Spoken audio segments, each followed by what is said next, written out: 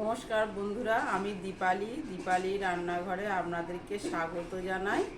আজকের আমি করব আমের আচার। আমের আচারটা কিভাবে করব আপনারা প্রথম থেকে শেষ পর্যন্ত দেখতে থাকুন আর আমার সাথে থাকুন।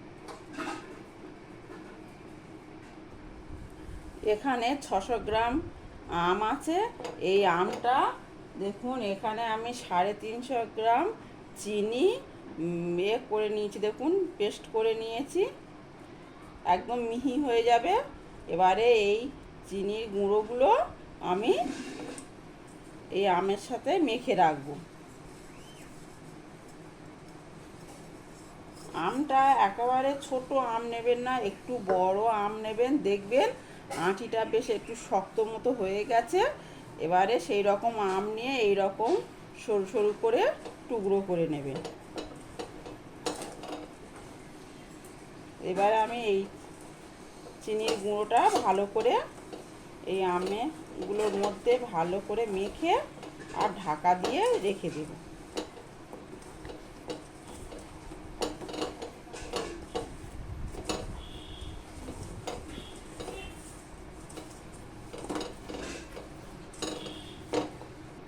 আমটা আমি 15 মিনিটের জন্য ঢাকা দিয়ে রেখে দেব। এখানে আমি আমের আচারটা করতে একটা মশলা তৈরি করব। মশলাটা দেখুন, এখানে একটা তেজপাতা নিয়েছি আর একটা শুকনো লঙ্কা নিয়েছি। দিয়ে দেব 1 চামচ জিরে, দিয়ে দেব 1 চামচ ধনে, দিয়ে দেব 1 চামচ 5 ফোড়ন। দেখুন এখানে নিয়েছি দারচিনি আর এলাচ। মশলাটা ভাজা হয়ে গেছে, এবার আমি ঠান্ডা করে নেব। মশলাটা ঠান্ডা হয়ে গিয়েছে, এবারে আমি মিক্সিতে পেস্ট করে নেব। এবার আমগুলো দিয়ে দেব। দেখুন কতটা জল জল হয়ে গিয়েছে, দেখুন। 1 মিনিট ঢাকা দিয়ে রাখবো। দিয়ে দেব হাফ চামচের হাফ লবণ, শুধু একটু টেস্ট হওয়ার মতো। হাফ চামচ হলুদ গুঁড়ো, কালার হওয়ার জন্য দিয়ে দেব কাশ্মীরি লঙ্কার গুঁড়ো। যে ভাজা মশলাটা করেছিলাম সেটা 2 চামচ দিয়ে দেব।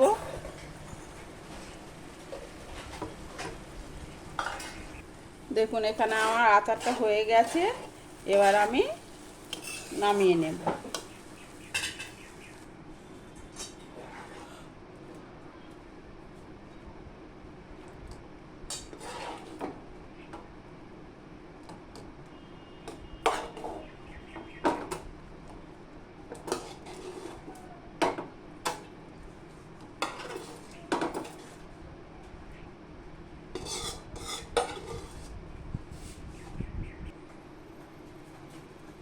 দেখুন আচারের কালারটাই দেখুন কত সুন্দর হয়েছে।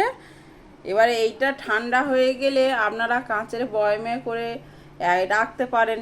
1 বছর এই আচারটা কোনো রকমই নষ্ট হবে না, ফ্রিজ ছাড়াই থাকবে।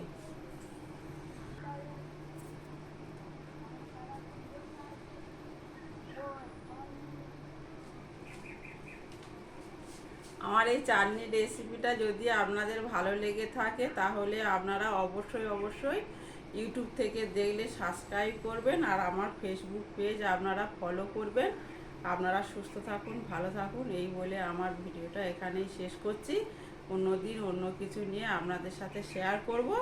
দেখুন এখানে যেই আচারটা, তো এই আচারটা আপনারা কাঁচের বয়ামে রেখে মাঝে মাঝে একটু করে রোদ্দুর খাইয়ে নেবেন। রোদ্দুরে দিলে কি বলুন তো, এই আচারটা একদম আর নষ্ট হবে না, খুব ভালো থাকবে।